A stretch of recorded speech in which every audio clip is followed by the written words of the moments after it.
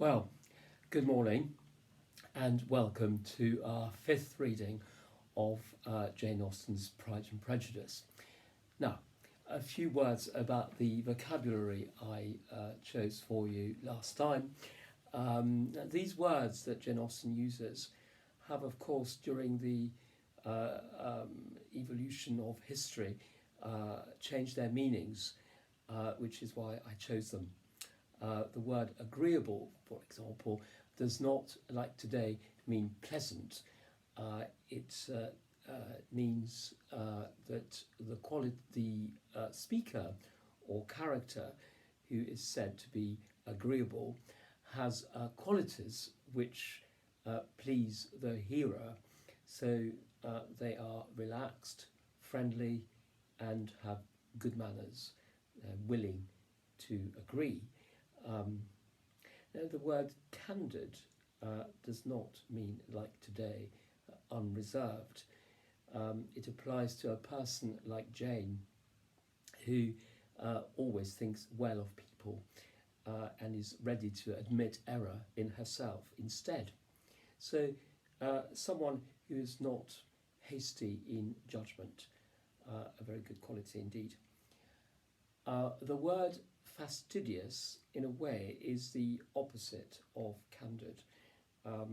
It is said of people who are inclined to find others not as good as themselves, and not up to the mark. So when Darcy is said to be fastidious, he is socially choosy. He knows who he is going to associate with and who not.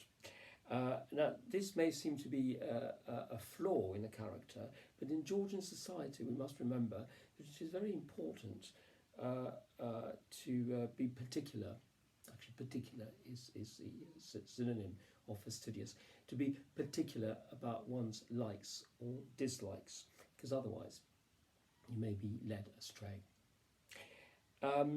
Affectation and affected both mean, both point to an unnecessary stiffness and formality, and we will meet characters later on in the novel who are affected in that way. Okay, and sweet. Now, sweet is very positive. It's not used in a sort of condescending and patronising way as it can be today. So there's no irony there. Sweetness is not cuteness. Sweetness is, like agreeable, a manifestation of your goodwill towards others. So it is the opposite of ill-natured and collocates with gracious and grace. A collocation is a word that goes together with another one. Okay, so yes, sweetness is definitely not cuteness. Okay, well, on with our reading of chapter 5.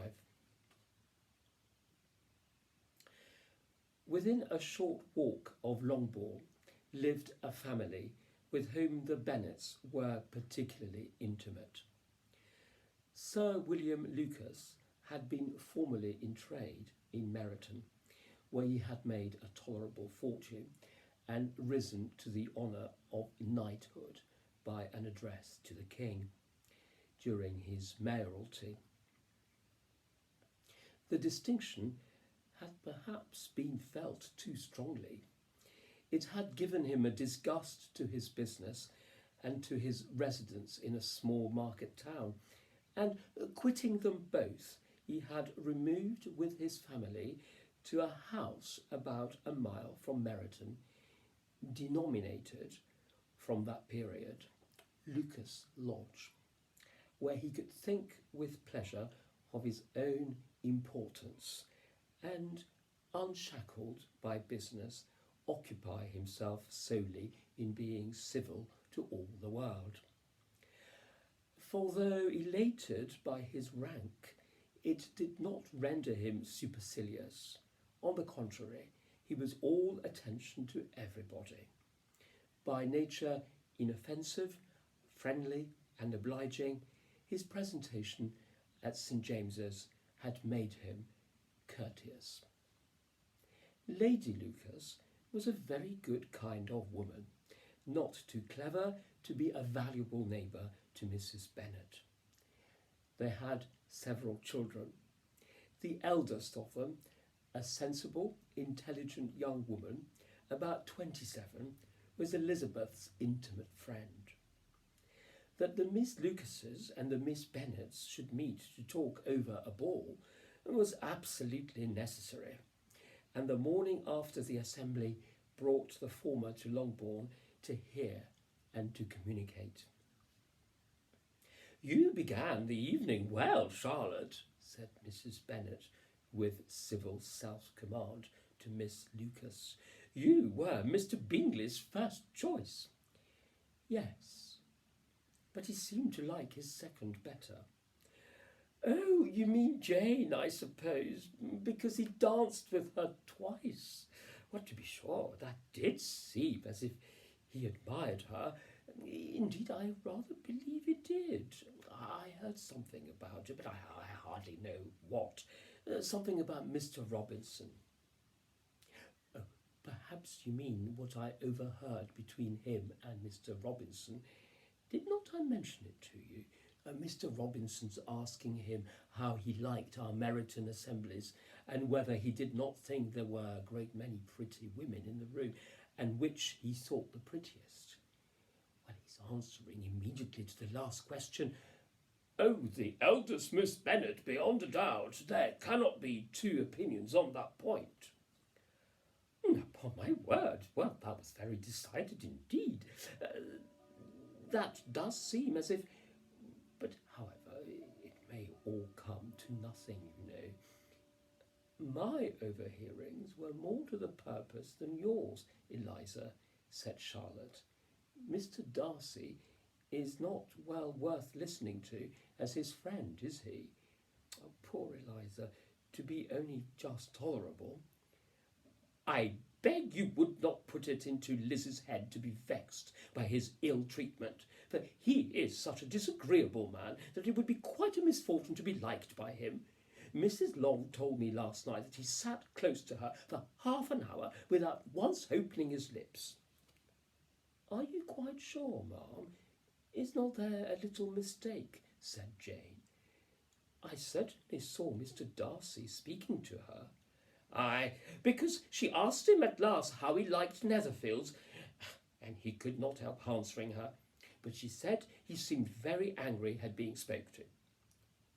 "Miss Bingley told me," said Jane, "that he never speaks much, unless among his intimate acquaintances. With them he is remarkably agreeable." "I do not believe a word of it, my dear. If he had been so very agreeable, he would have talked to Mrs. Long. But I can guess how it was. Everybody says that he is eat up with pride, and I dare say he had heard somehow that Mrs. Long doesn't keep a carriage, and had come to the ball in a hack chaise." "I do not mind his not talking to Mrs. Long," said Miss Lucas, "but I wish he had danced with Eliza." "Another time, Lizzie," said her mother. "I would not dance with him if I were you." "I believe, ma'am, I may safely promise you never to dance with him." "His pride," said Miss Lucas, "does not offend me so much as pride often does, because there is an excuse for it. One cannot wonder that so very fine a young man, with family, fortune, everything in his favour, should think highly of himself. If I may so express it, he has a right to be proud." "That is very true," said Elizabeth, "and I could easily forgive his pride if he had not mortified mine." "Pride," observed Mary, who piqued herself upon the solidity of her reflections, "pride is a very common failing, I believe.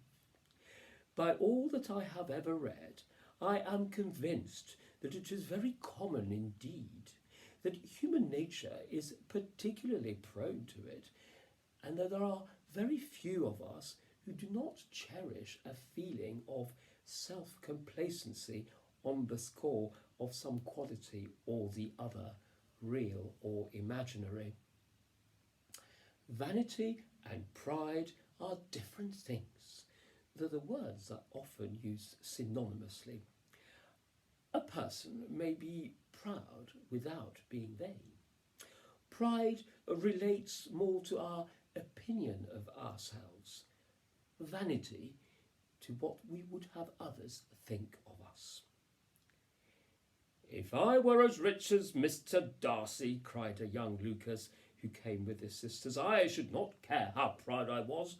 I would keep a pack of foxhounds and drink a bottle of wine every day." "Then you would drink a great deal more than you ought," said Mrs. Bennet, "and if I were to see you at it, I should take away your bottle directly." The boy protested that she should not. She continued to declare that she would, and the argument ended only with the visit.